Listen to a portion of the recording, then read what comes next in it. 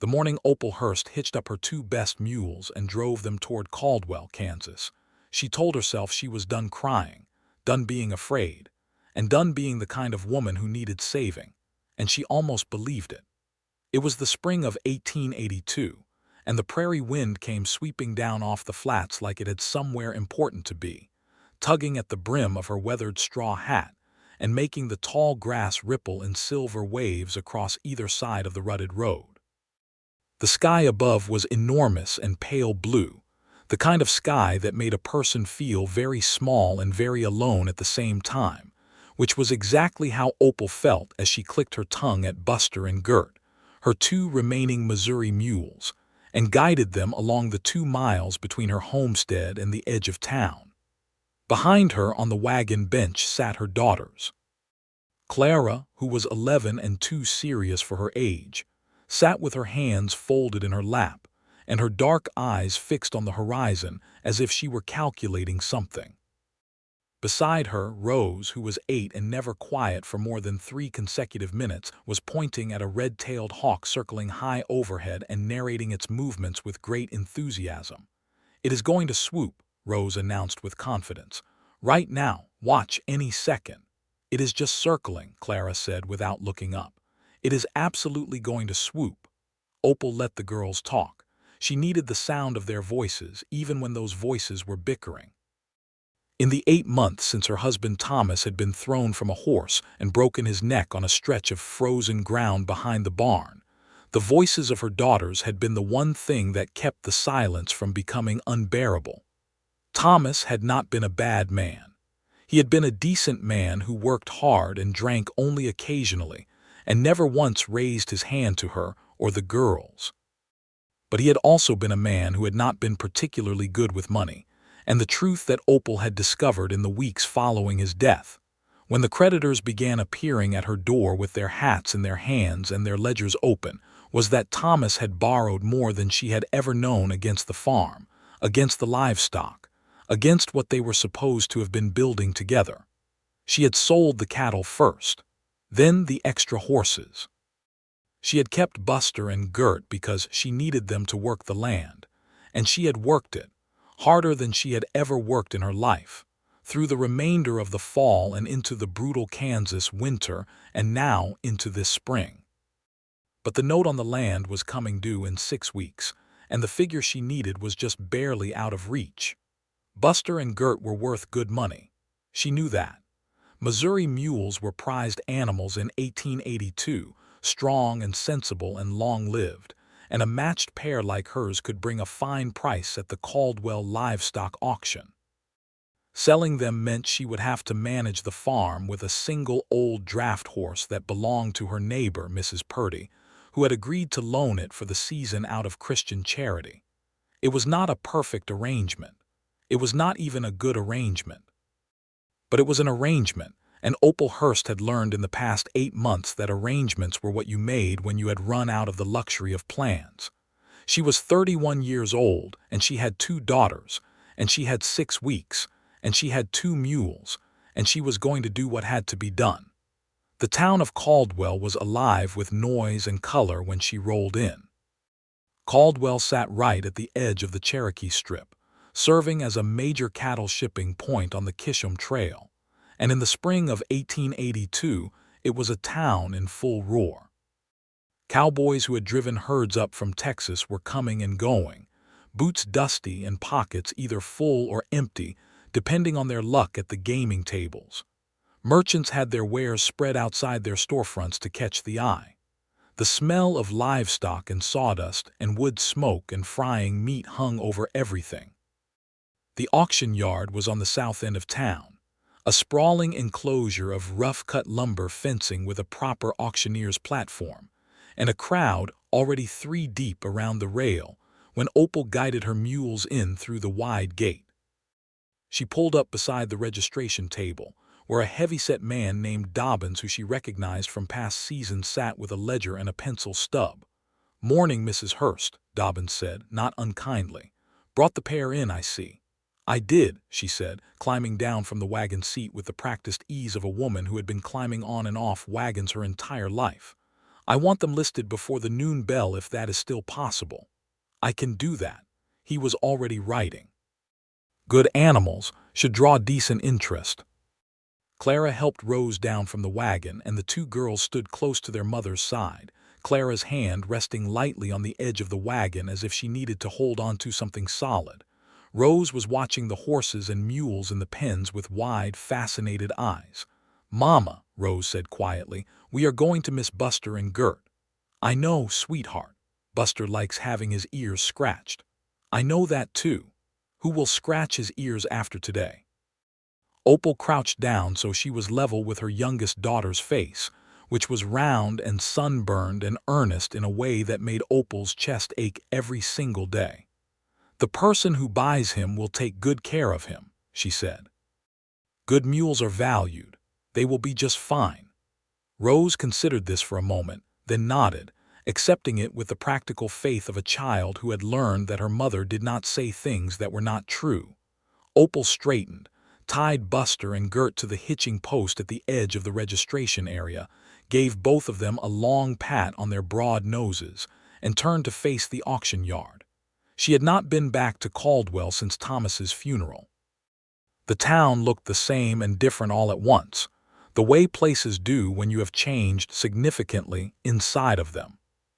She squared her shoulders, adjusted the collar of her good blue dress, which was not very good anymore, having been let out twice and washed so many times the color had faded to a dusty cornflower, and began to make her way along the fence toward the area where sellers gathered to watch their animals run through the ring. She had been standing there perhaps 10 minutes, the girls close beside her, when the trouble started.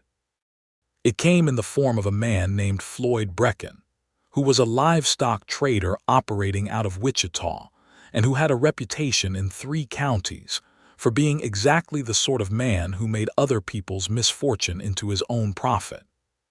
He was somewhere in his 40s, wide through the middle, with a prosperous-looking vest, and a habit of standing too close to people when he talked to them.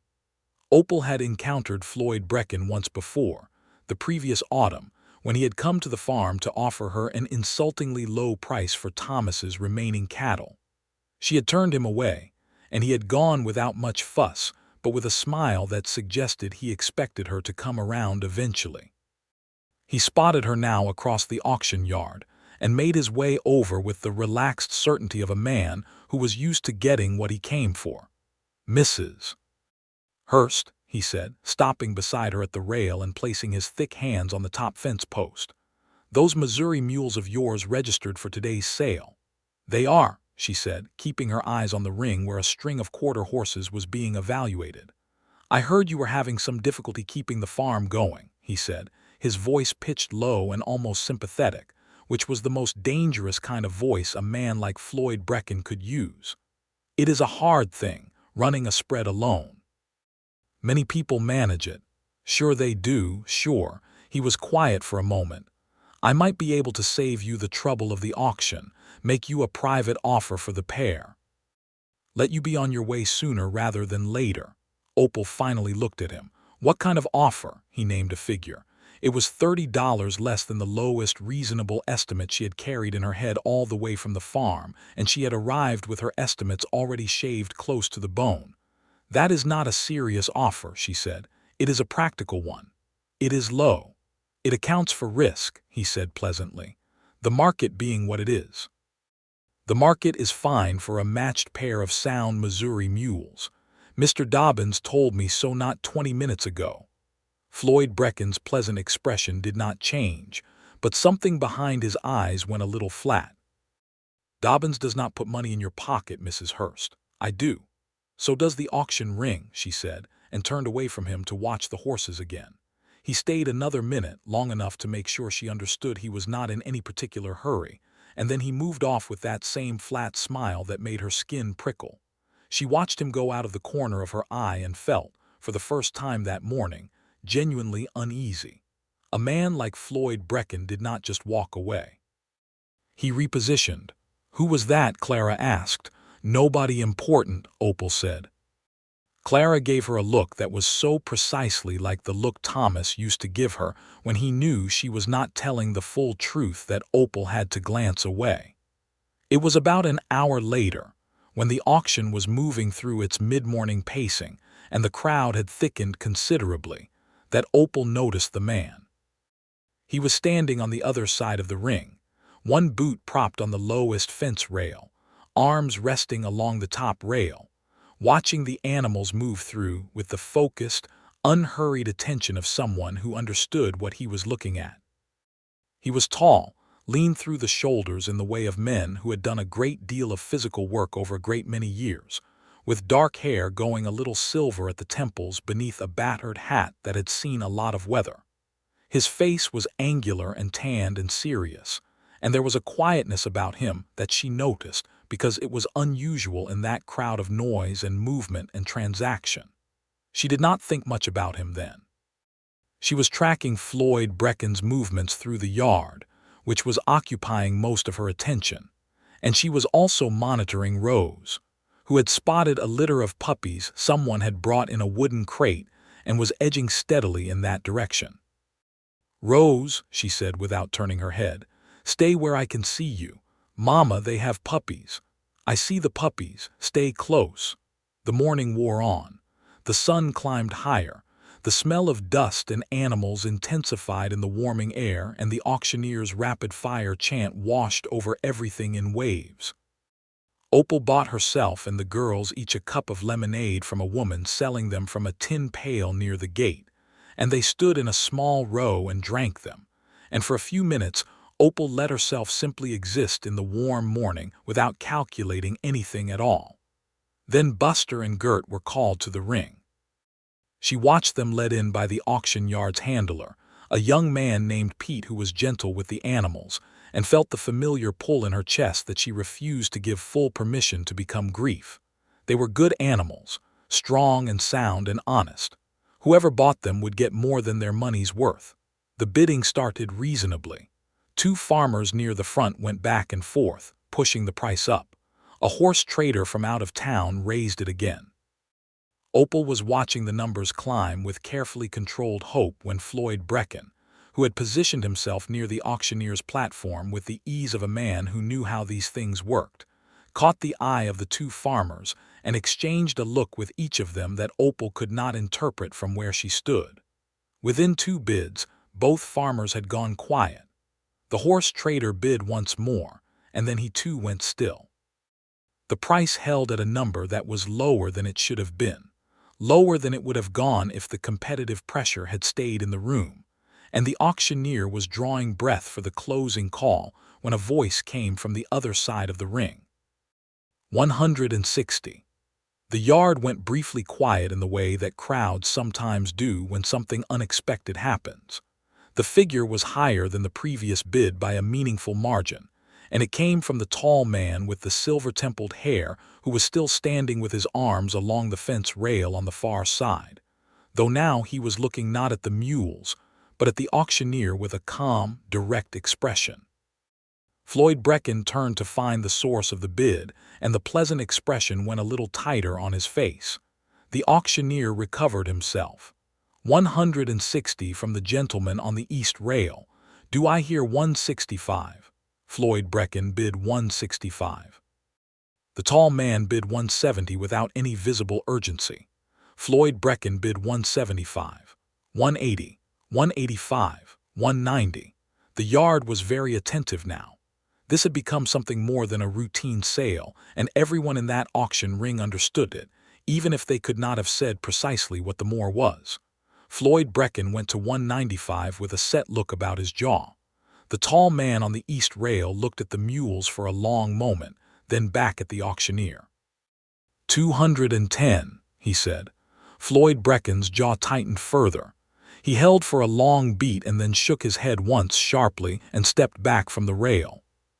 Sold, the auctioneer said, at $210 to the gentleman on the east rail. Opal stood very still. $210. It was more than she had allowed herself to hope for. It was enough.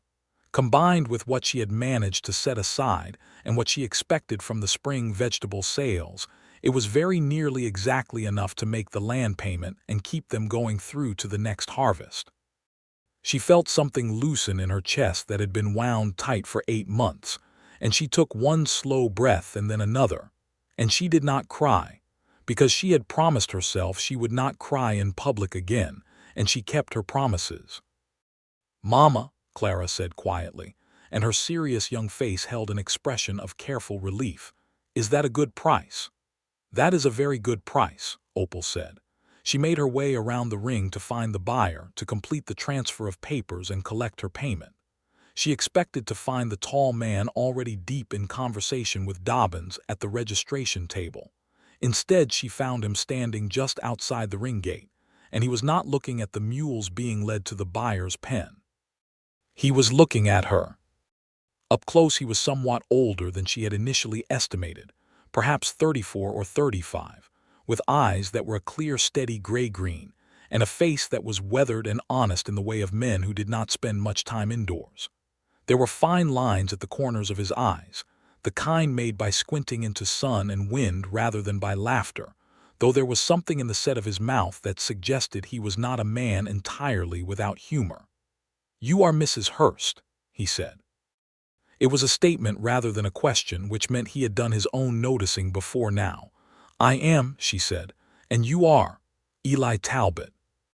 He extended his hand, and she shook it, which was not universally done between men and women in that context in 1882, but felt natural enough in the moment. His grip was firm and brief and respectful.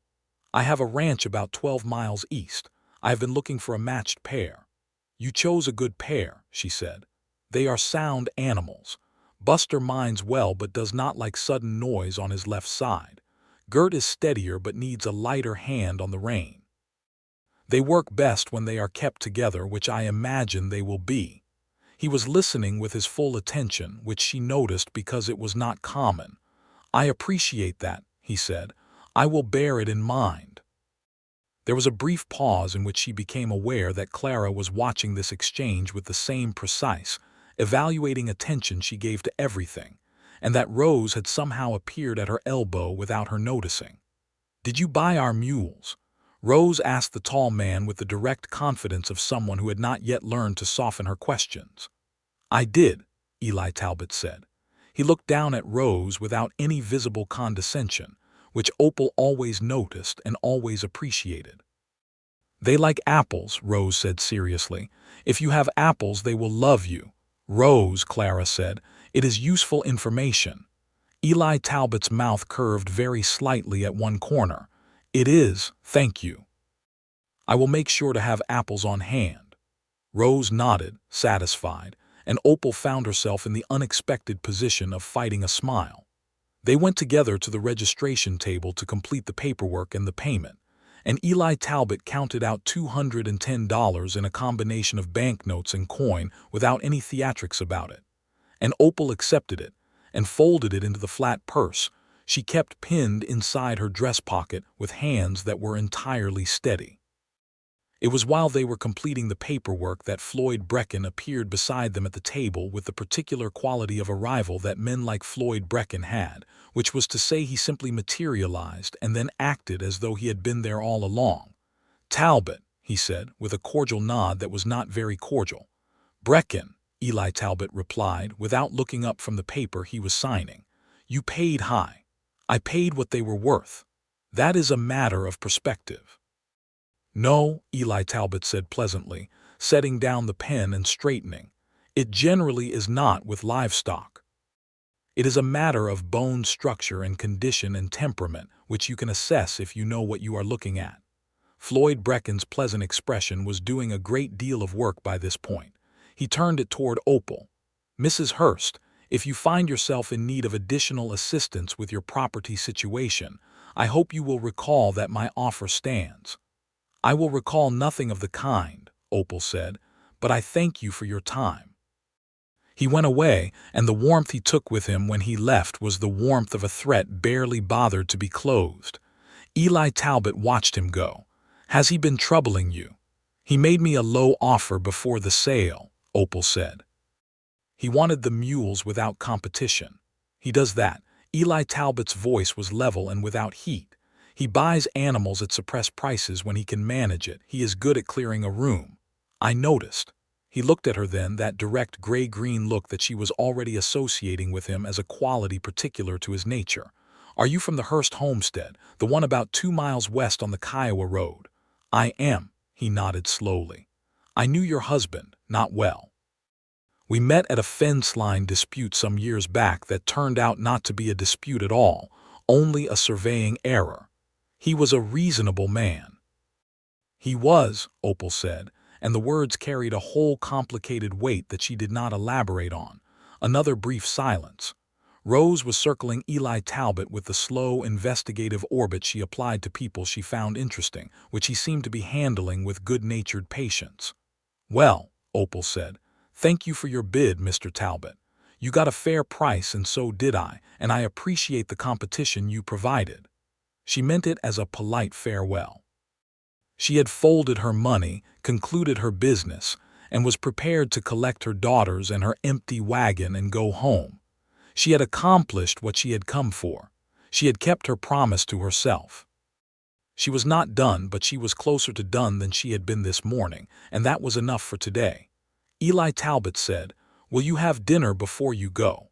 The question surprised her enough that she looked at him directly for a moment too long before she found her composure. "I beg your pardon. Dinner," he said, with the air of a man who knew very well that the question was an unusual one and had decided to ask it anyway. "There is a decent establishment on Main Street. Mrs. Alvarez runs it. Good food and a clean table. I would be pleased to offer the meal. You and your daughters." He added the last part quietly but without hesitation, which she noticed. She was quiet for a moment, measuring the invitation against everything she knew and every instinct she had, and her instincts had been well honed by 8 months of managing alone. "Why?" she asked. He seemed to appreciate that she asked it directly. "Because I suspect you rose early, drove 2 miles in, handled a difficult sale, and have not eaten since before you left home," he said. "And because it seems like the right thing to offer. You do not know me, Mr. Talbot." "Not yet," he said, simply. Without pressure.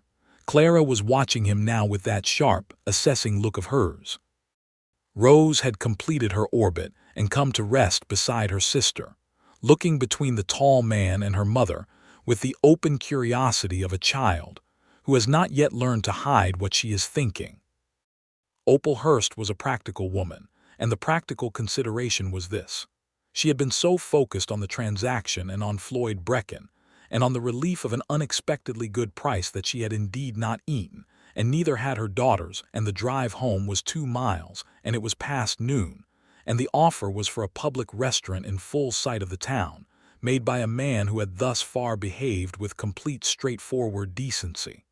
"All right," she said. "Thank you." The restaurant that Mrs. Alvarez operated was on the main street, as Eli had said, a low building with a long front window and a hand-lettered sign that was crooked in a way that somehow seemed intentional. The interior was warm and smelled of chili peppers and roasting meat and fresh bread, and the tables were indeed clean, covered in oilcloth that had been scrubbed to a shine. Mrs. Alvarez herself was a compact, energetic woman of perhaps 50 who spoke in a rapid mixture of Spanish and English, and moved through her establishment with the efficiency of someone who had no patience for inefficiency. She greeted Eli Talbot by name and led them to a table near the window with the brisk warmth of a woman who liked children and did not try to hide it. Rose was immediately enchanted by everything on the menu that Mrs. Alvarez described, and would have ordered 3 items if Opal had not gently narrowed the options down to 1. Clara sat very straight in her chair and managed her fork with the precise attention she brought to everything, and if she was assessing Eli Talbot throughout the meal, she did it with a subtlety that Opal suspected was wasted on no one at the table. Eli Talbot was not a man who talked to fill space, which Opal found immediately comfortable. When he spoke, it was with thought behind it, and when she spoke, he listened the same way he had listened when she told him about Buster and Gert, with his full attention, as though what she said was worth hearing. He had come to Kansas from Missouri 7 years earlier, he told her, following a chance to buy land at a reasonable price. He ran a mixed operation: cattle, some horses, a kitchen garden that he was not particularly skilled at maintaining. He had a ranch hand named Domingo who had been with him for 4 years and who was, according to Eli, a far better cook than Eli himself. "What brought you to the auction today specifically?" Opal asked. "I have been looking for a good pair of mules for spring plowing," he said. "A friend of mine suggested I try the Caldwell auction. He told me the quality was generally good and the prices fair." "They are usually both," she said. "Today was a slight exception on the pricing side." "Brecken," he said. "Brecken," she agreed. He was quiet for a moment. "Does he represent an ongoing problem for you?" She considered the question. "I do not know yet," she said honestly. "He has made his interest in my property clear. He believes I will eventually sell because he believes I cannot sustain the farm alone." "Can you?" It was a direct question, the kind most people would not have asked, and she liked him for asking it. "I believe so," she said.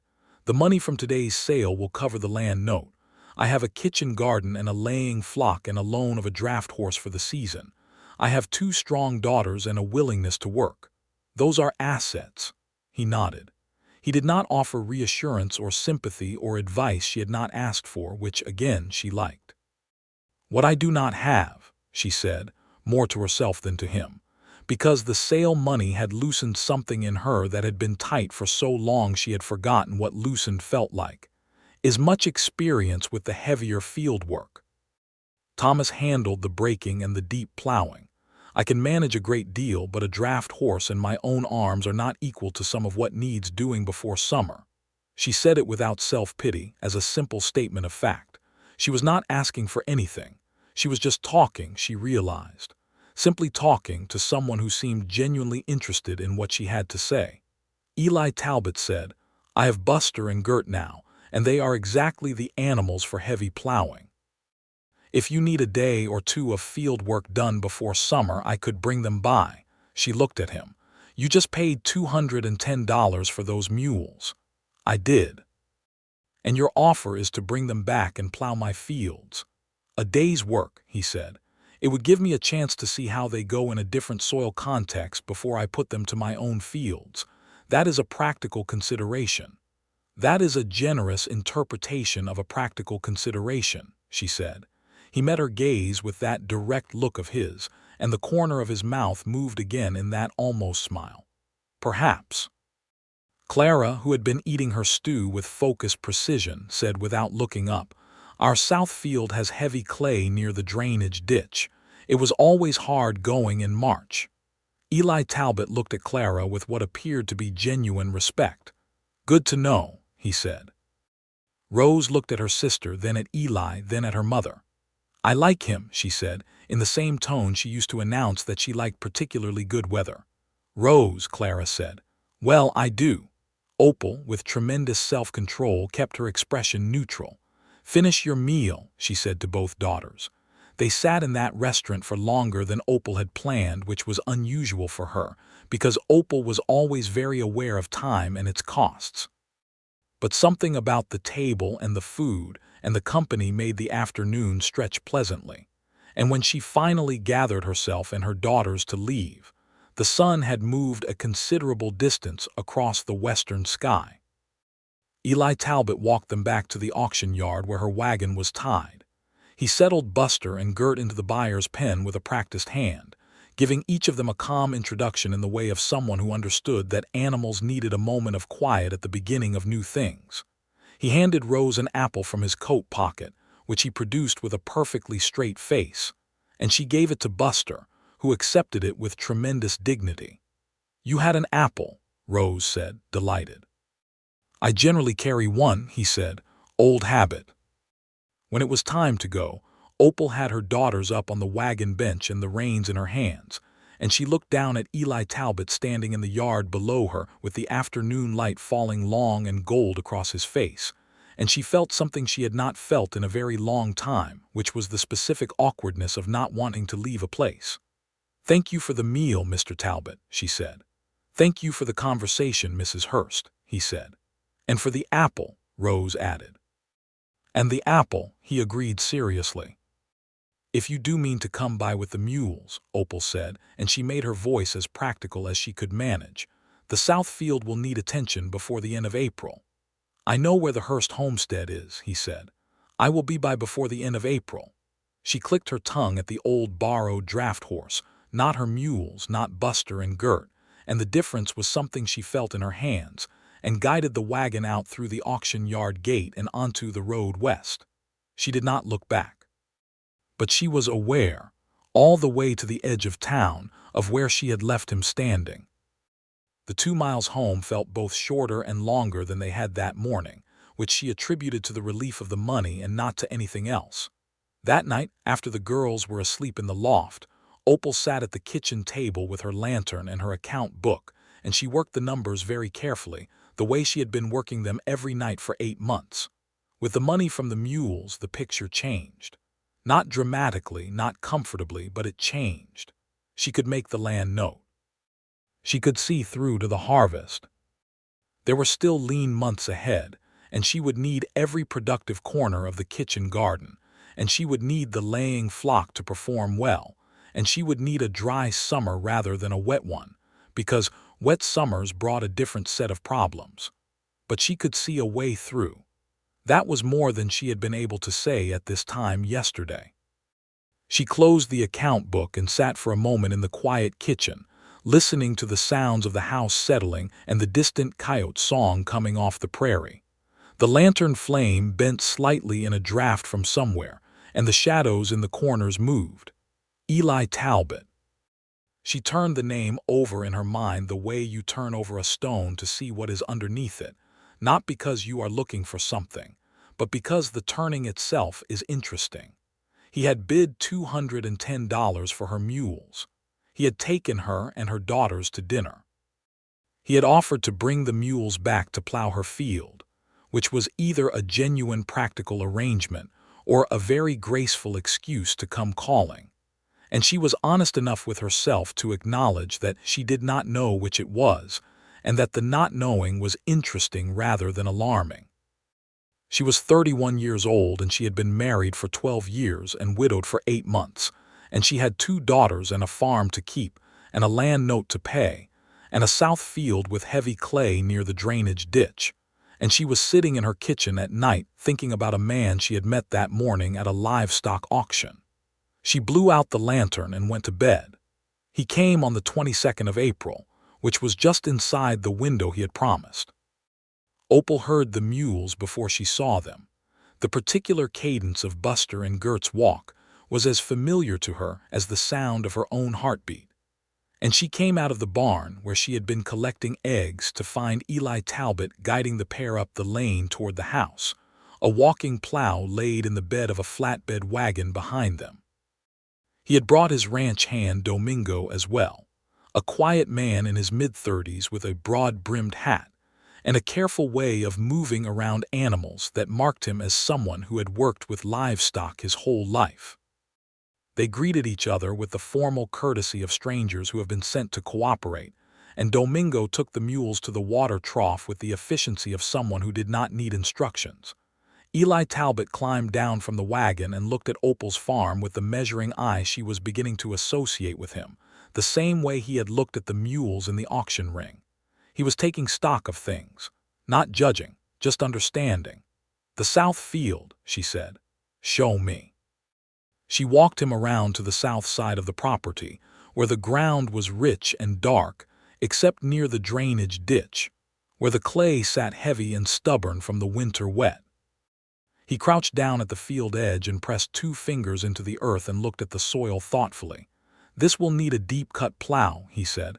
"I know, that was always the hard part of this field. We can do it today if we start early." He stood, brushing his hands against his trousers. "You have seed ready." "Ready since last week," she said. He nodded. The morning light was already clear and warming, and somewhere in the direction of the kitchen garden Rose's voice was carrying on a conversation, possibly with a chicken. "Mr. Talbot," Opal said, because honesty was a principle she had decided to govern her life by. "I want you to know that I am not expecting this as a charitable service. I intend to compensate you fairly for the day's work." He looked at her steadily. "I told you I wanted to see how they worked in different soil. You did, but I think we are both practical enough people to recognize that this visit is more than purely a field assessment." The corner of his mouth moved.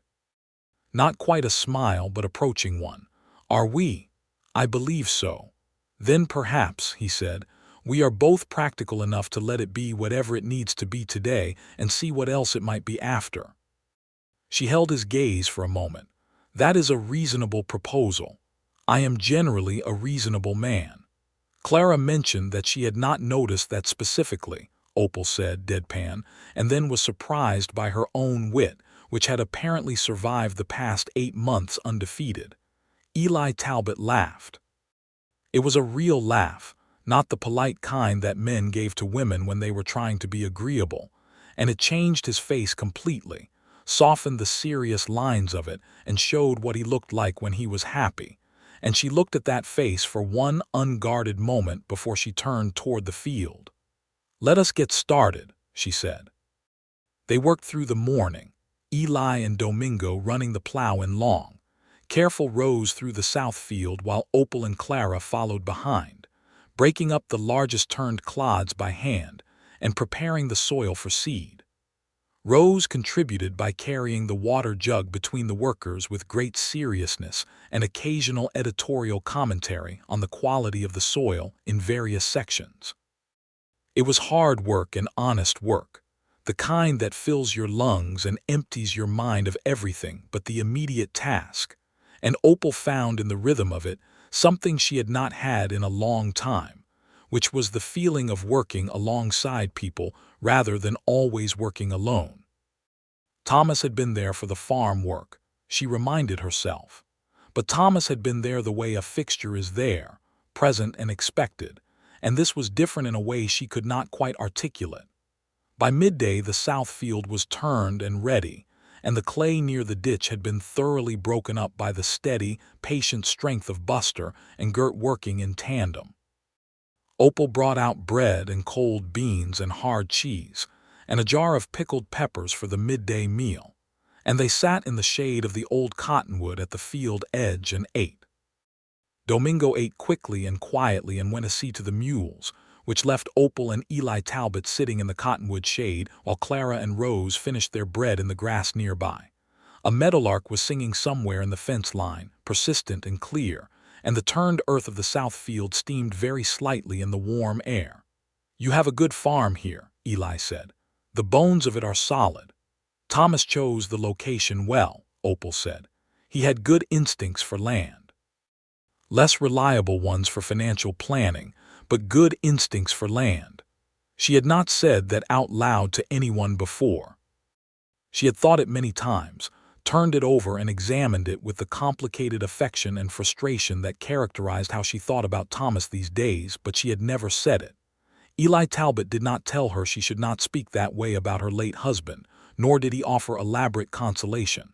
He simply said, "Most men are stronger in some areas than others." "As are most women," she said.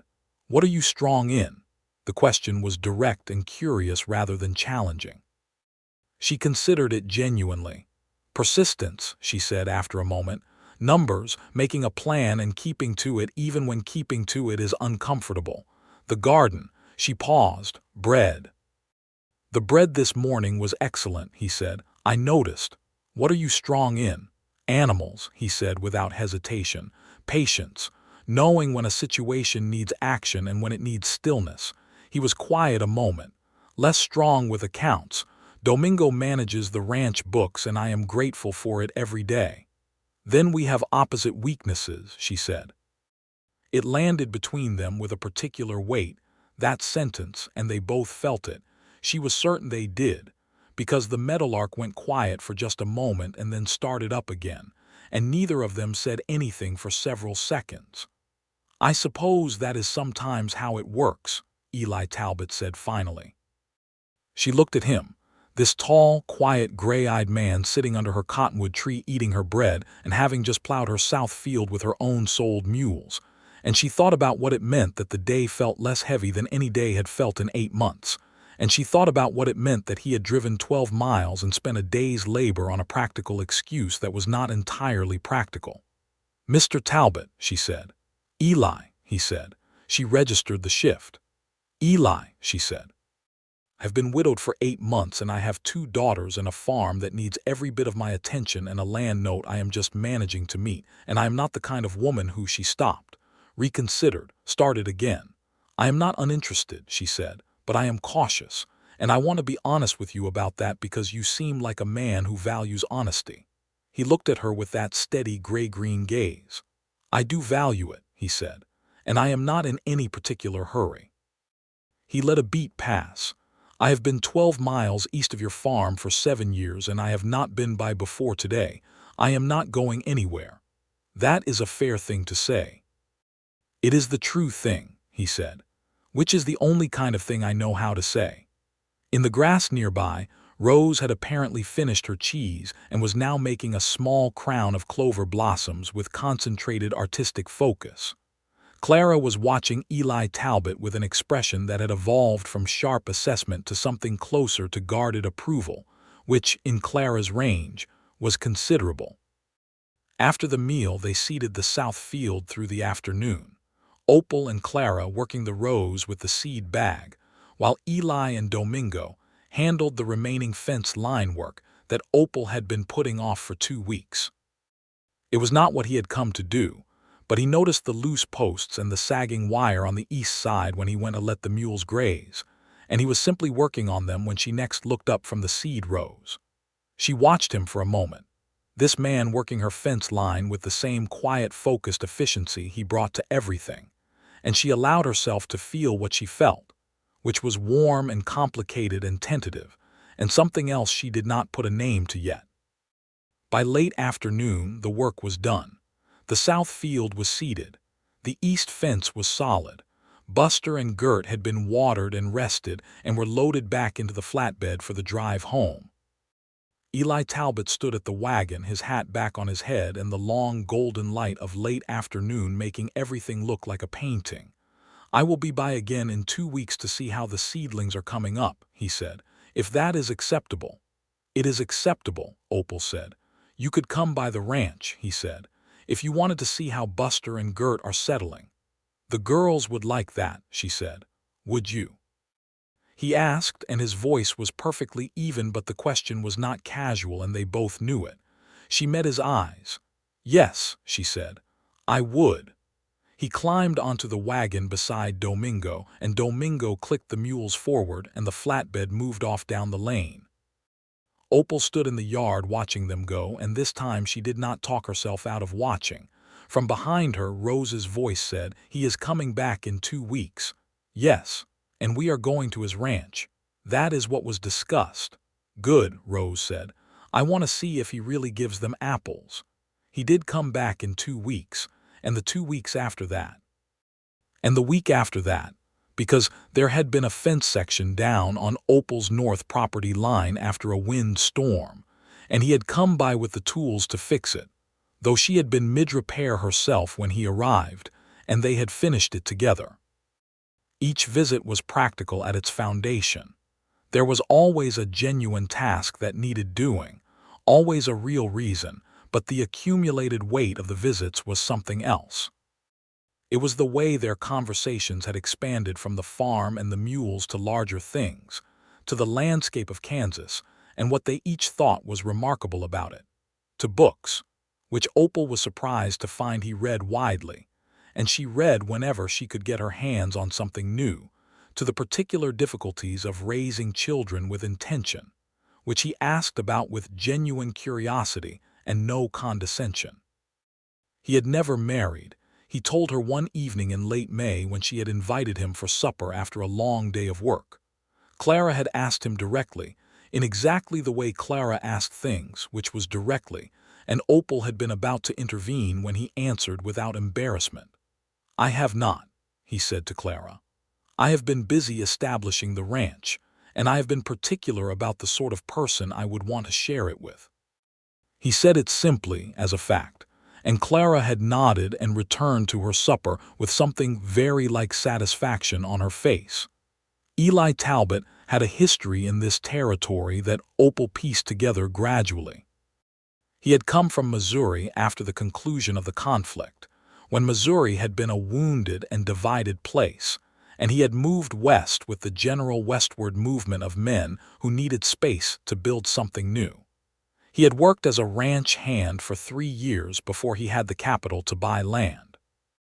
He respected the Osage people whose treaty lands were nearby and dealt with them honestly when dealing was necessary, and he had opinions about the treatment of Indian tribes by the federal government that were, Opal was surprised and pleased to discover, thoughtful rather than dismissive.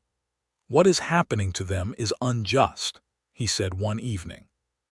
He said it without flourish as a simple observation, but she heard the weight in it. The breaking of treaties and the confinement of reservations, it is not something any honest person can look at and call right.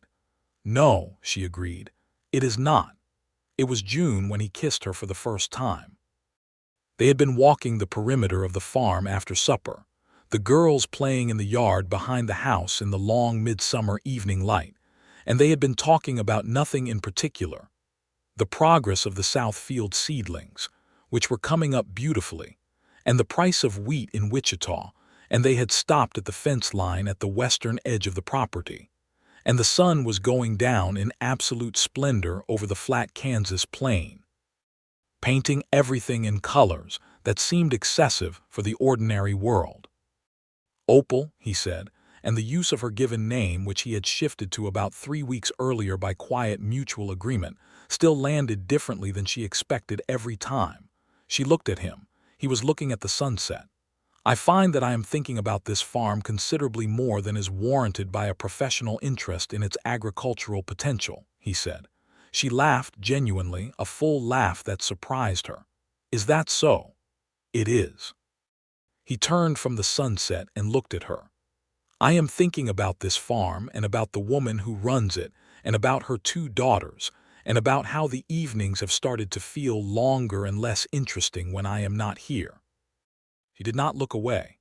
"I have been finding that the mules seem to require a great deal of visiting," she said, "for someone who bought them outright." The corner of his mouth, the almost smile. "They are demanding animals." "Quite." The evening settled around them, warm and golden, and when he leaned slightly toward her she met him halfway, because she was that kind of woman, and the kiss was brief and gentle and completely certain, the kind that does not need to be dramatic because it is already understood. "Well," she said when it was done. "Well," he agreed. "Mama," Rose's voice came floating from the yard, entirely incapable of timing. "Clara says supper is going cold." "Supper was finished 20 minutes ago," Opal called back. "That is what cold means."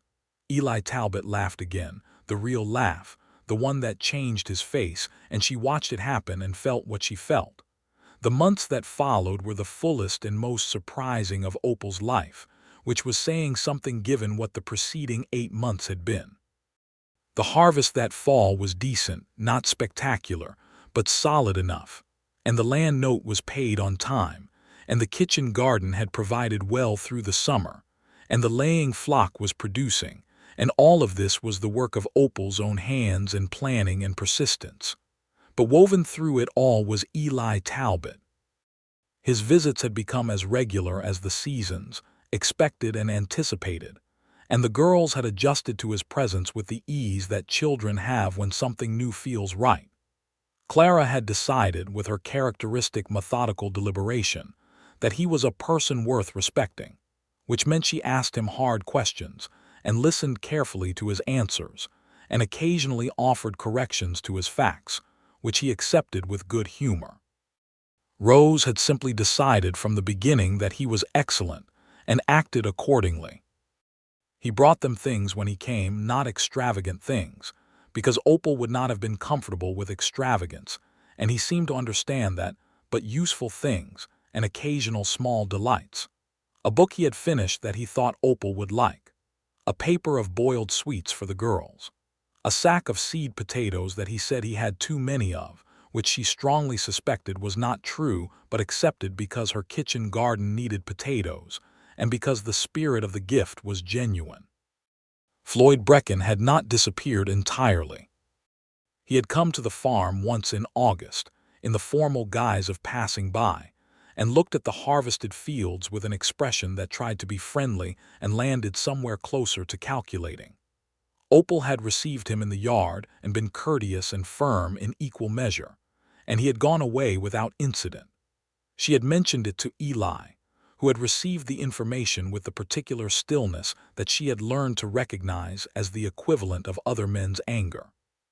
"He has not caused any direct trouble," she said. "Not yet," Eli said. "I can handle Floyd Brecken." "I know you can," he said. "I am not suggesting otherwise. I am just saying I am aware of him, and if that changes, you tell me." Which was, she had reflected later, exactly the right response. Not an offer to fight her battles for her, an offer to stand in the same direction as her. By October, the question that had been building between them for months had become impossible to ignore in the way that questions sometimes do when you have not answered them, but they have still somehow answered themselves. They were sitting on the porch after supper, the girls in bed, the night sky enormous and brilliant above the flat Kansas land, and Opal was thinking about winter and planning and the farm and the way the years would go from here, when Eli said without preamble, "I would like to ask you something." She set down the cup she was holding. "All right." He was quiet for a moment in the way he was quiet when he was thinking carefully about words. "I have been coming here since April," he said. 6 months. I have met your daughters and eaten at your table and watched you run this farm better than most men I know could run theirs. And I have been—" he stopped, tried again. "I have thought about what my life looks like, Opal, and what I want it to look like, and those two pictures have become very different things over these 6 months. She looked at him in the starlight. The porch was cool in the October evening, and somewhere across the prairie a nighthawk was calling. "I am not a wealthy man," he said. "The ranch does all right and it will do better. I have 12 miles of good land and a solid house that needs a woman's eye inside it, and I have Domingo who is reliable and 2 good mules who apparently respond well to apples." The almost smile was there briefly, and then it passed into something more serious. "I would like to ask you to consider becoming my wife. I would like to ask you to bring Clara and Rose and come to the ranch, and I would like to build something with you that is bigger and better than what either of us has alone. But I know this is not a small thing I am asking." Opal Hurst sat on her porch in the October dark of 1882 and looked at this man who had walked into her life through the gate of a livestock auction, through the specific, practical, unromantic door of mule commerce, and thought about what it meant to trust someone with something large. She had trusted Thomas. She had not known, going in, that there would be things about that trust that would not be fully honored, not through malice but through a simple failure of communication and honesty about money, and she had paid for it in the hard months after. She knew the cost of trust poorly placed, but she also knew, with the same precision that she brought to her account books and her farm planning, what she had observed over these 6 months. She knew the way Eli Talbot moved through the world. The way he said things true and did things consistent. The way he was with her daughters, present and interested and never falsely warm. The way he looked at her when he thought she was not noticing, which she always noticed because she noticed everything. "You said you were particular," she said, "about the person you would share your ranch with." "I said that. I want you to know that I am equally particular," she said, "and I have been paying close attention for 6 months. Have you reached a conclusion?" "I have," she said. "The conclusion is that you are an honest man, and an honest man is a rare enough thing that I know what it looks like and I do not take it for granted." She paused. "The conclusion is also that Rose already calls you Eli without prompting, and Clara has started consulting you on agricultural questions, which from Clara is equivalent to a formal declaration of approval. And you," he said. She looked at him directly. "And I have been at peace in my own life in a way I had forgotten was possible," she said. specifically during the months that you have been coming to my farm. I do not think that is a coincidence, Eli." He was very still, waiting. "Yes," she said, "I will marry you." He let out a breath that she realized he had been holding, and she saw in that released breath everything about how much it had cost him to ask and how much the answer meant, and she felt the full weight and the full rightness of the moment simultaneously. He reached over and took her hand, which was roughened from the harvest work, and held it with both of his, and they sat like that on the porch for a long time in the October dark, not needing to fill the quiet.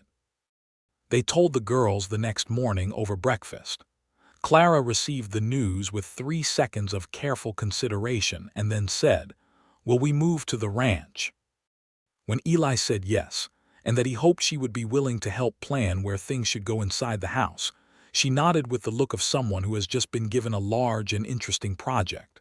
Rose, for her part, looked at her mother and then at Eli and then back at her mother with an expression of profound satisfaction, as if something that had been pending for some time had finally and correctly been resolved. "I told you," Rose said, "to no one in particular." "Told who what?" Clara asked. "I told Buster," Rose said. "The last time I saw him, I told him to be a good mule for Eli because Eli was going to be important to us, and he was, and Eli is." Opal looked at her youngest daughter and experienced the specific and overwhelming form of love that small children's quiet wisdom can generate, and she said, "Yes, Rose, he is." They were married on a Saturday in late November of 1882 at the small church in Caldwell, which was not quite a full church. It was more accurately a church in progress, which seemed fitting for a territory that was still becoming itself. The minister was a practical man named Reverend Cole, who conducted the ceremony with warmth and efficiency, and the witnesses were Domingo and Mrs. Purdy from the neighboring farm, who cried in the generous and unapologetic way of women who love a wedding. Opal wore a dress that Mrs. Purdy and 2 other neighboring women had helped her put together over the preceding weeks, a deep blue wool that was newer than the faded cornflower of her auction day dress and better suited to November, and she carried a small bunch of late prairie asters that Clara had found and tied with a piece of ribbon. She walked to the front of that half-built church in Caldwell on a November morning, and she married Eli Talbot, and she did it with her whole heart and her eyes open, which was the only way she knew how to do anything. Eli, for his part, stood at the front of the church in his best jacket, which had been brushed to within an inch of its life by Domingo, who had opinions about presentation, and he looked at Opal coming toward him with an expression that she would carry with her for the rest of her life. The expression of a man who cannot believe his luck and knows exactly what he has. They said their vows in plain, clear language, and Reverend Cole pronounced them husband and wife, and Eli kissed her in a way that was appropriately reserved for the public occasion and still managed to say everything. Behind them in the pews, Rose applauded, which she was the only one to do, but which created enough of a warm ripple of laughter through the small gathering that it dissolved whatever formal tension remained, and the morning became a celebration. The move to the ranch happened in the first week of December, which was not the most comfortable time to move across 12 miles of Kansas plain, but the winter of 1882 had been mild thus far and the roads were passable. Opal had sold what they could not use of the farm's winter equipment and arranged with a young couple from the next county, the Farlows, to rent the Hurst homestead for the coming year with an option to purchase, which was a practical arrangement that kept the land productive and gave Opal a residual income while she settled into the ranch. The Talbot Ranch was larger than she had imagined from Eli's descriptions. Not grand, it was not a wealthy man's establishment, but solid and considered, built by someone who had thought carefully about what he was building and had done it in order. The main house was a 2-room structure that had been added to twice, with a proper kitchen and a room that served as sitting room and dining room combined, and a bedroom, and a porch that ran the full length of the south face. There was, as Eli had mentioned, a great deal that needed a woman's eye inside, and Opal brought hers with enthusiasm. Clara produced a detailed plan for the arrangement of the second room, which would be the girl's bedroom, that involved measurements she had apparently made during a previous visit and had been carrying around in her coat pocket. Eli received this plan with all seriousness and made only one suggested modification, which Clara considered and incorporated. Domingo occupied a small cabin 20 yards from the main house, and he welcomed the arrival of Opal and the girls with a dignity that was also, unmistakably, relief. "The house has been very quiet," he told Opal on the second day, in the straightforward way of someone who did not see the point of being indirect. She understood this perfectly. The winter settled in around them gently that year, and they settled in around each other. There was a newness to everything, to sharing a household with a man who was not Thomas, to learning his rhythms and his habits and the small particular ways he occupied a space, and there were moments of awkwardness and negotiation, which were natural and honest and nothing that could not be worked through with patience. What she had not expected, what she found she could not have fully anticipated, was how easy it was, not effortless. She did not believe in effortless, which was a fantasy for people who had not actually tried to build anything real, but easy in the sense that it was not a constant struggle against misalignment, not a daily negotiation of fundamentally different values or priorities. It was easy the way good farming is easy when you have good land requiring work and attention, but not working against itself. He made coffee in the morning before she was up, which she discovered on the second morning when she came into the kitchen to find a pot ready on the stove and him already in the barn, and which she discovered she loved without reservation. She, in turn, had taken over the account books within the first week, with his full and grateful permission, and had identified 3 areas of unnecessary expense and 1 opportunity for additional revenue that he had not thought of, and he had received both the corrections and the opportunity with the same equanimity that characterized all of his responses to the world. "You are better at this than I imagined," he told her one evening in January as she was finishing the monthly ledger. "I have been doing it for years," she said. "Necessity is an effective teacher." "I know," he said. He was sitting across the table from her, reading the book she had lent him about the Lewis and Clark expedition, which she had obtained from a lending library the last time she was in Caldwell, and he looked up over the cover. "I am not surprised by what you are capable of," he said. "I am grateful." She looked at him. "I am grateful too," she said, "for different things." "What things?" she considered. "For someone to think alongside," she said. "That is what I missed most, I think. Not the practical support, though that matters, the thinking alongside, having someone in the same direction." He set down the book. The lamp between them was golden and warm, and outside the January wind was doing its Kansas best against the windows, but inside it was still and comfortable. "I have been alone for a long time," he said. "I got very good at my own company, but I think I forgot what this is like." "What is it like?" He looked at her steadily. "Like the lamp is brighter," he said, "even though it is the same lamp." She felt it in her chest, that sentence. She folded the account book and set down her pen. "Eli Talbot," she said. "Opal Talbot," he said, and she heard something in the way he said the name, her new name, the name she was still getting accustomed to carrying, that was reverent in the particular way of men who are not often reverent about anything. She reached across the table and took his hand, and they stayed like that until the lamp burned low. Spring came to the Kansas plain with its usual dramatic urgency, as if winter had been a performance and the real year was now beginning in earnest. The ranch came alive in the way of all farms in spring, an explosion of necessity, every day a list of tasks that cascaded into more tasks, the soil and the animals and the fencing, and the planting all demanding attention simultaneously. Clara, who had settled into ranch life with the methodical determination she brought to everything, had claimed a corner of the kitchen garden for her own experimental plots, where she was attempting to compare the yields of different seed potato varieties, with a rigor that would not have embarrassed a university agricultural program. She kept meticulous notes in a book Eli had given her, and she consulted with Domingo on soil preparation questions and with Eli on drainage, and she brought her findings to the supper table with the confidence of someone who expected to be taken seriously. She was always taken seriously. Rose had formed a deep friendship with two of the ranch horses and a complicated relationship with a rooster named Senator who had opinions and was not afraid to express them. She had also taken it upon herself to teach herself to read the weather by the behavior of the swallows that nested in the south eaves of the barn, a project she updated the family on every morning at breakfast with the gravity of a professional meteorologist.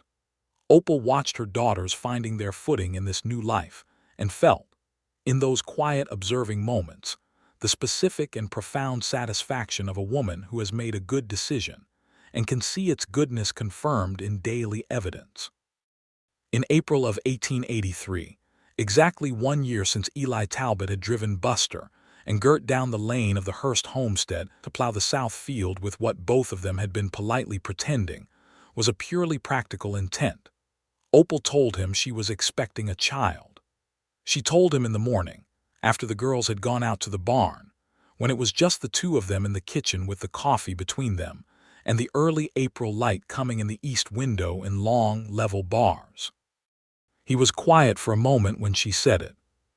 Then he set down his cup very carefully, the way you set down something you want to keep intact, and looked at her with an expression that she had not seen before on his face, which was notable because she thought she had seen most of his expressions by this point. It was an expression of such complete and unprepared for happiness that it made her eyes fill, which she did not try to prevent, and then he was around the table and she was standing and he held her with both arms the way you hold something you are very glad to have. "A child," he said into her hair. "A child," she confirmed. "Come winter." He pulled back enough to look at her face. His eyes were bright in a way she had not seen before. "Are you well? How are you feeling?" "Well," she said, "tired in the mornings, but well." He kept his hands on her shoulders, looking at her as if seeing her slightly differently, as if some additional layer of what she was had become visible to him in this moment. "You are extraordinary," he said. "I am a woman in her early 30s having a baby," she said, "which is entirely ordinary." "Not to me," he said simply. She shook her head at him because that kind of direct, simple feeling was something she was still learning to receive without deflecting. And then she leaned forward and rested her head against his chest and listened to his heartbeat for a moment. "If it is a boy," he said, eventually, tentatively, "I would like to name him James, after my father." "James," she said. "I like that," she considered. "And if it is a girl, I would like Clara and Rose to have a say in the name." "Agreed," he said. She heard his voice rumbling against her ear with that word and felt, once again and more completely than ever, what she had felt on the auction yard fence line the first day she had talked to him, the specific quality of being in the right place. The summer passed in the way of good summers in that territory, hot and bright and generously long, the grassland turning gold in August, the crops coming in well, the evenings on the porch lasting until the stars came out. Opal's pregnancy progressed without complication, which she attributed to the fact that she had always been a sturdy woman physically, and to the good meals that she and Eli and sometimes Domingo prepared in that ranch kitchen, which was becoming one of her favorite rooms she had ever inhabited.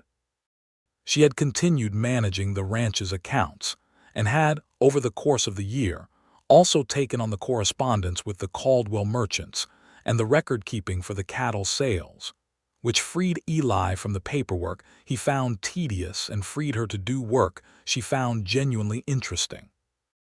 It was, she reflected, an almost embarrassingly well-matched arrangement, except that it was not embarrassing at all. It was simply fortunate. Floyd Brecken appeared once more that summer, in June, when he came out to the ranch on the premise of inquiring about cattle, and spent a great deal of the conversation angling toward the status of the Hurst homestead rental arrangement. He had, it appeared, his eye on that property for reasons he declined to make fully explicit. Eli received him in the yard, politely and without warmth. He answered the cattle questions with brief accuracy and declined to answer the questions about the Hurst property at all, on the grounds that it was Opal's business and not a topic for the conversation at hand. "Your wife's property," Floyd Brecken said, with a smile that was doing all its usual work. "Her business," Eli said, and the finality in his voice was quiet and unmistakable and entirely effective. Floyd Brecken left without lingering, and Opal, who had watched from the kitchen window, felt a warmth in her chest that was specifically gratitude, not for being protected because she had not needed protection, but for being stood with, which was different and which she valued precisely. She told Eli so that evening, and he listened, and understood the distinction immediately, which was one of the many reasons she loved him. She had not said it aloud yet, the word. She had felt it, circling at the edge of all her other feelings like the red-tailed hawk Rose had been narrating on the drive to the auction that April morning a year and more ago, present and undeniable and doing its slow, patient circle. She said it on an evening in July, sitting on the porch with the heat of the day finally releasing into the cooler air of late afternoon, while Eli was telling her about a conversation he had had with one of the neighboring ranchers about the prospect of collective water rights, which was a subject of some importance in that dry territory. He was mid-sentence when she said, without planning to, "I love you." He stopped, looked at her. The evening prairie stretched away in every direction around them, enormous and golden and alive with late summer sounds, and the words sat between them in the cooling air. "I wanted you to know that," she said, because she had decided not to take it back once said. "I have been knowing it for a while and I thought it was time to say it." "Opal," he said. "You do not have to, Opal," he said again, and his voice was the particular voice she had only heard from him a few times, the voice below the usual even practical voice, the one that lived underneath. "I have loved you since the morning at the auction when you told me that Buster does not like sudden noise on his left side, and you said it the way you said it, which was like someone who knew exactly what they knew and was not going to pretend otherwise." She blinked. "That was the day we met. I know when it was. You bid $210 for my mules," she said slowly, "and you were already—" "I was," he said. She stared at him. "Eli Talbot." "Yes." "You drove 12 miles and paid $210, and invited me and my daughters to dinner on the same day you met us." "I told you I had been looking for a good pair of mules," he said, and the corner of his mouth was moving. The almost smile, her almost smile. "That was apparently not the only thing you were doing." "No," he agreed. "It was not." She shook her head at him, this impossible, honest, patient man, and then she laughed, a full, clear laugh that went out across the evening prairie and dissolved into the warm air. He laughed with her, the real laugh, and for a moment they were both just laughing on their porch in the July evening, and it was the happiest sound Opal had ever been part of making. He reached over and took her hand and brought it to his lips briefly and then held it, the way he held things he was glad to keep intact. "I love you," he said. "I expect I will spend some years saying it. I expect I will spend some years hearing it," she said, "starting now." James Talbot was born on a cold December night in 1883, delivered by a capable midwife from Caldwell who arrived just in time, and who declared him the most vocal infant she had seen in the past 6 months, which proved to be an accurate forecast of his personality. He was a healthy, solid-lunged, emphatically present child with his father's gray-green eyes and his mother's determined jawline, and he came into the world as if he had somewhere important to be, and was not interested in delays. Clara was awake for the birth, because there had been no possibility of Clara not being awake for the birth once she had determined it was happening, and she received her new brother with a gravity that was entirely characteristic and a tenderness that was entirely new. Rose was asleep in the girl's room but woke immediately when the first substantial cry broke through, and appeared in the kitchen doorway in her nightdress with her hair around her face and her eyes very wide, and she looked at the red-faced squalling infant in Opal's arms and said, with perfect certainty, "James." "James," Opal confirmed. "He is loud," Rose said. "He is," Eli said. He was sitting on the edge of the bed beside Opal, looking at his son with the same expression he had had in the kitchen when she had told him. She was expecting that expression of complete and unprepared for happiness that she had only seen a few times and treasured every one. "He gets it from me," Rose decided, and went back to bed. James was not the last.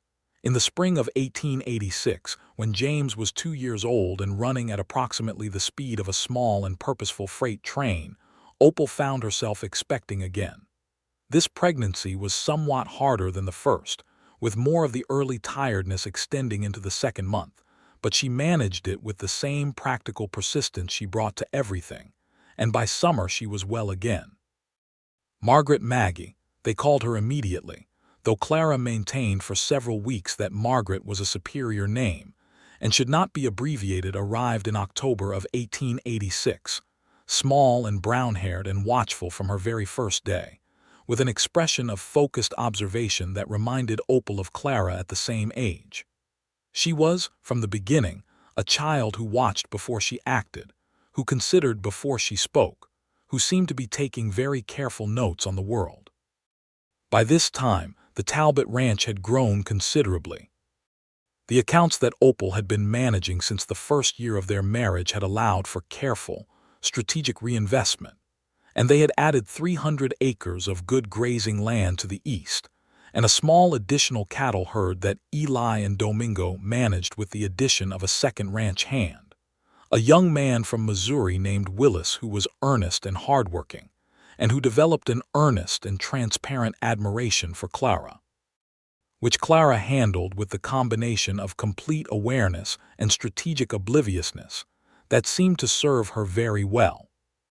The Hurst homestead, which the Farlows had been renting for 3 years, was purchased by them outright in 1885, which settled that particular thread cleanly and completely, and provided Opal with a sum that she put immediately into the ranch accounts, and which became the foundation of the Eastern land purchase.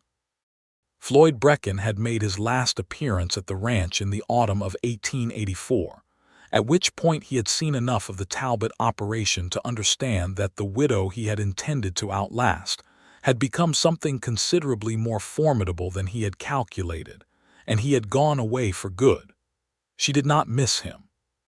On a warm evening in the May of 1887, 4 years and more into the life they were building together, Opal Talbot sat on the porch of the ranch house they had expanded twice by that point, and watched the Kansas plain turn gold in the long last light of afternoon.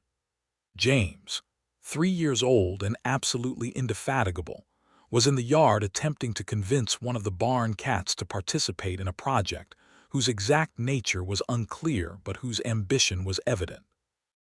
Maggie, 6 months old and installed in the basket cradle Eli had made in the winter, was asleep in the porch shade with the complete commitment of a baby who has decided that rest is also important. Clara, 14 now and already the most formidable person in a 40-mile radius except possibly her mother, was inside writing a letter to an agricultural college in the East that offered correspondence courses, because she had decided that she wanted to study soil science formally, and had researched all available options with characteristic thoroughness. Rose was perched on the top rail of the nearest fence, narrating the behavior of a red-tailed hawk that was circling overhead in wide, patient spirals. "It is going to swoop," Rose announced to no one in particular. "Right now, watch any second," Opal smiled. She heard the screen door open behind her and then felt rather than heard Eli come to stand at the porch rail, and then his hand on her shoulder, warm and sure. "James is attempting to negotiate with the cat again," he said. "He will not succeed." "He will not," Eli agreed. "But you have to admire the commitment." She leaned her head slightly against his hand, which was all the movement she needed to make. They had become fluent in each other's small languages. The lean of a head, the angle of a shoulder, the particular quality of a silence that meant one thing or another. She did not know when exactly that fluency had developed. It had grown the way good things grow, gradually and then all at once. "Eli," she said, Do you remember the morning at the auction when you bid for Buster and Gert? He was quiet for a moment. I remember. What would you have done, she said, if I had not accepted the dinner invitation? He considered it. She felt him considering it, the particular quality of his stillness when he was thinking. I would have come by, he said finally, to see how the mules were settling. In good conscience I could have done that once. He paused, maybe twice. And then I would have been a man with 2 excellent mules and a great deal of regret, he said. She looked out at the evening, at Rose on the fence rail and James in the yard and the sleeping baby and the enormous sky going pink at the western edge. You bid $210, she said. They were worth every cent. For the mules. For the mules, he agreed, and she heard the smile in it even without looking. She reached up and put her hand over his where it rested on her shoulder. The hawk Rose was narrating swooped finally, in one long, perfect arc, and Rose shouted with vindication. James looked up from his cat negotiation with startled interest. The evening light went another shade of gold. Eli, she said, yes. I am glad I went to the auction. His hand turned under hers and closed around it. So am I, he said, more than I can tell you, every single day. She sat with him on that porch in the May evening, her hand in his, watching their children in the yard below and the hawk in the sky above and the light going slowly out over the plain, and she felt completely, solidly, without reservation, the full weight of a life well arrived at. Not a life without difficulty. Not a life without loss or hard work or the constant negotiation of an imperfect world. But a life that was hers, fully hers, built by her own hands and her own choices and her own particular willingness to say yes to a dinner invitation from a tall, quiet man who had bid $210 for her mules and shown up 2 weeks later to plow her south field, and then shown up again and again and again, until the space he occupied in her life had become as natural and as necessary as the land itself. She had gone to that auction in the spring of 1882 to sell 2 mules and save a farm. She had done that. But she had also, in the way that life occasionally and gloriously arranges itself without consulting you, come home with something she had not known she was missing. The hawk banked once more on the updraft and then settled into a long, level glide east toward the darkening horizon.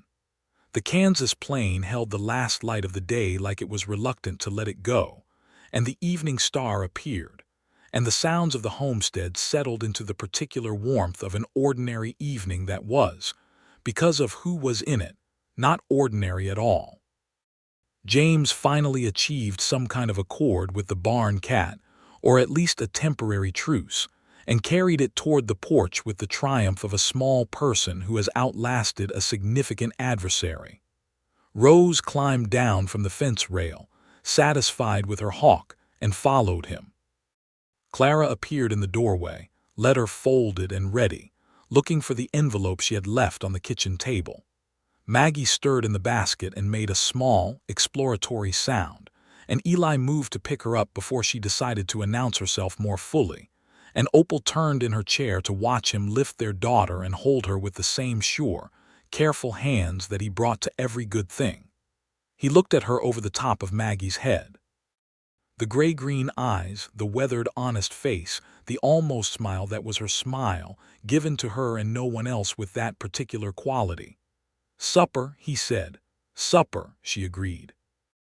And she stood from her chair and went inside to her life, which was full and warm and hers, with a man she had not planned on finding standing solid beside her, and 2 daughters who had grown into remarkable young women beside her, and 2 new children who were still becoming themselves, and 12 miles of good Kansas land and a matched pair of Missouri mules who, on the reliable testimony of Rose Talbot, definitely loved Eli best because of the apples, and that was absolutely fine.